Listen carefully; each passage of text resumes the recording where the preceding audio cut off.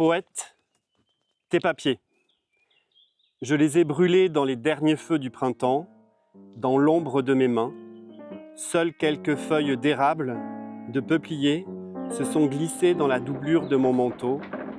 Nul besoin de passeport pour traverser la porte des saisons, des orages. Il refuse de décliner son identité, prétend qu'elle fluctue avec la force des vents, la courbe de la lune. Les photos qu'il présente ne montrent que des paysages sans maison.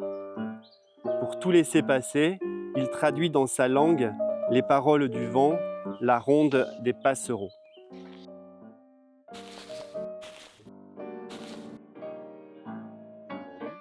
Et puis ce projet des 4 saisons de Terra Gris, c'est une ode au temps. On va en parler tout à l'heure lors du concert parce que on va parler forêt jusqu'à 12h30. Après, on va faire un petit repas champêtre, tous ensemble. Et puis après, il y a une exposition photo au bord de l'eau avec un concert, plus un poète qui va venir. Les 4 saisons de Terra Gris vont se transformer en 4 saisons de Piazzolla, piano 4 mains.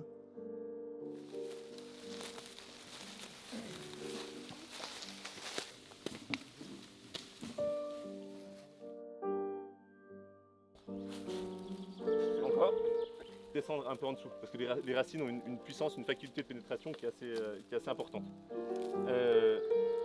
Le sol là, ce qui est intéressant, enfin, moi ce que j'aime faire, c'est vous allez pouvoir sentir sa composition. L'eau, dans les décennies à venir, à mon avis, ça va être une denrée de plus en plus rare.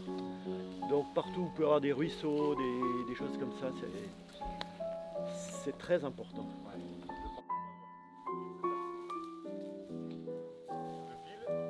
Vous voyez là, l'écorce elle est tendue légèrement en biais. C'est vraiment le dialogue qui s'est passé entre nous qui fait que ça a donné naissance à ce partenariat, quoi. L'idée, c'était de montrer que autour de cet arbre, il y a eu de la vie pendant 150 ans. Et c'était ce que j'ai demandé à Natacha de nous montrer, cette vie autour de l'arbre. Elle marque le printemps. On est dans les années 1925.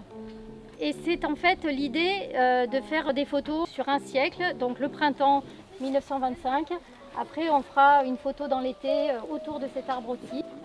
Dans la touffeur des feuillages, le bruissement des abeilles, que des mains le déshabillent et arrachent son nom, qu'il soit crié à la face des bouleaux et des chênes, et habite le silence entre leurs troncs.